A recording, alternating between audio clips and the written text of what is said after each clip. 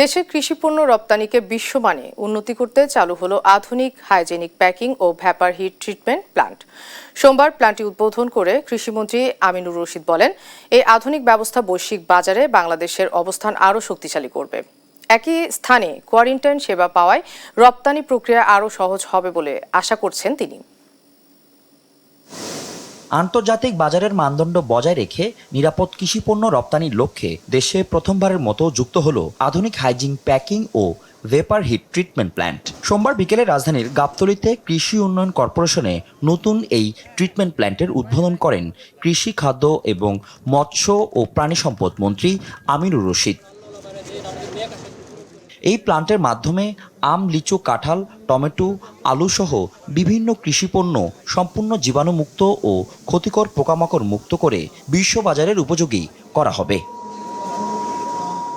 উদ্বোধনী অনুষ্ঠানে মন্ত্রী বলেন, দেশে বিপুল পরিমাণ আম উৎপাদন হলেও সঠিক প্রক্রিয়াজাতকরণের অভাবে কৃষকরা কাঙ্ক্ষিত দাম পান না। এই আধুনিক ব্যবস্থা বৈশ্বিক বাজারে বাংলাদেশের অবস্থান ও আমদানিকারক দেশগুলোর মধ্যে আস্থা আরও বাড়াবে।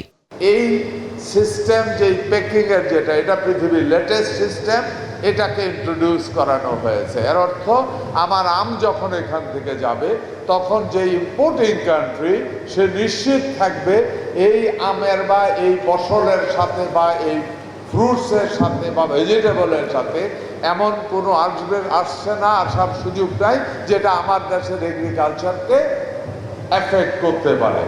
আমদানিকারকদের ভোগান্তি কমাতে এই প্যাকিং ইউনিটে ওয়ান স্টপ কোয়ারেন্টাইন সেবা চালুর ঘোষণা দেন মন্ত্রী, যার ফলে একই স্থানে পণ্য ধোয়া, প্যাকিং এবং কোয়ারেন্টাইন সার্টিফিকেটও পাওয়া যাবে।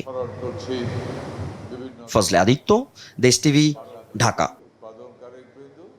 নতুন গাড়িটার স্বপ্ন পূরণে সবাই মিলে যায় খুশির মিছিলে। 40 বছর ধরে এমন অসংখ্য খুশির মিছিলে ছিল আইডিএলসি। থাকবে